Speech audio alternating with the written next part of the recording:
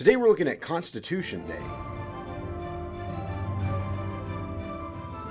Hello, welcome to the Daily Bellringer. Please don't forget to subscribe and take a look at the questions down in the description. Also, don't forget to check out dailybellringer.com where you'll find more resources that go with many of the Bellringer videos. On September 17, 1787, 41 delegates of the Constitutional Convention met at the Pennsylvania State House in Philadelphia to conclude the convention and sign the U.S. Constitution. The meetings had begun in May of 1787 and had the goal of creating a new constitution to replace the failing Articles of Confederation that the nation had been operating under since the American Revolution.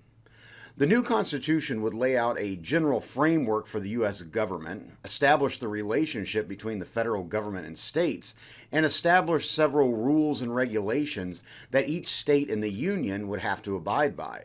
Originally, 55 delegates had attended the convention, but in the end, only 39 would sign the new Constitution for the United States. The closing remarks of the entire convention were offered by the oldest delegate there, 81-year-old Benjamin Franklin. Franklin was too weak to give his final remarks himself, so he asked that fellow delegate James Wilson read his remarks. In this closing speech, Franklin called for each delegate to endorse this new Constitution and send it on to the individual states to be ratified or approved, although Franklin himself had his doubts about the Constitution.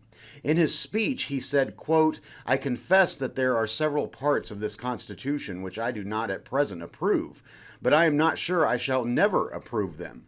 And I doubt, too, whether any other convention we can obtain may be able to make a better Constitution."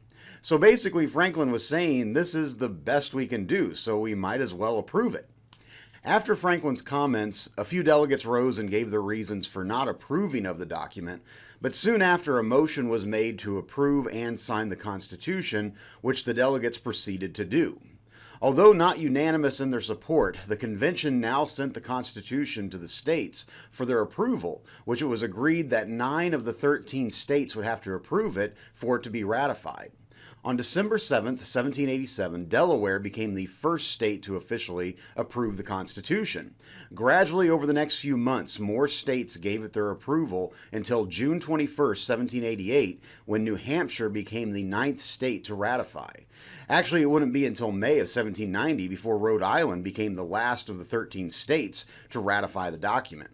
Once 9 of the 13 states approved it, it was agreed that the new government under the new Constitution would go into effect on March 4th of 1789. Each year, the country continued to mark the date of September 17th as being a day to remember, since it was the day the founders signed the oldest Constitution in the world that is still in use. The earliest official recognition of Constitution Day was done by Iowa Public Schools in 1911. However, it wasn't always known as Constitution Day. In the 1930s, the song "I Am an American" was introduced at the New York World's Fair. The song became so popular that there was a push to create an "I Am an American Day."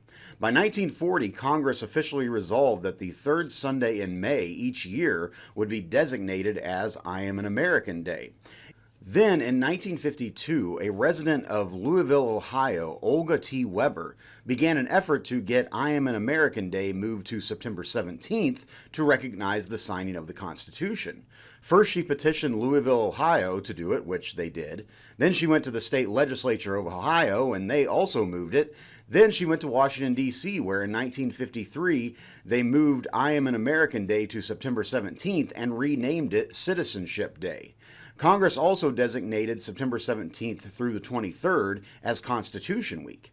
It wouldn't be until the early 2000s that the title Constitution Day would officially be adopted. In 2004, Congress passed a resolution to add the term Constitution Day to September 17th. So now, September 17th each year is officially Constitution Day as well as Citizenship Day. Although it is not a holiday that businesses and schools close, according to law, schools are to offer some sort of education on the Constitution and its signing on that date each year.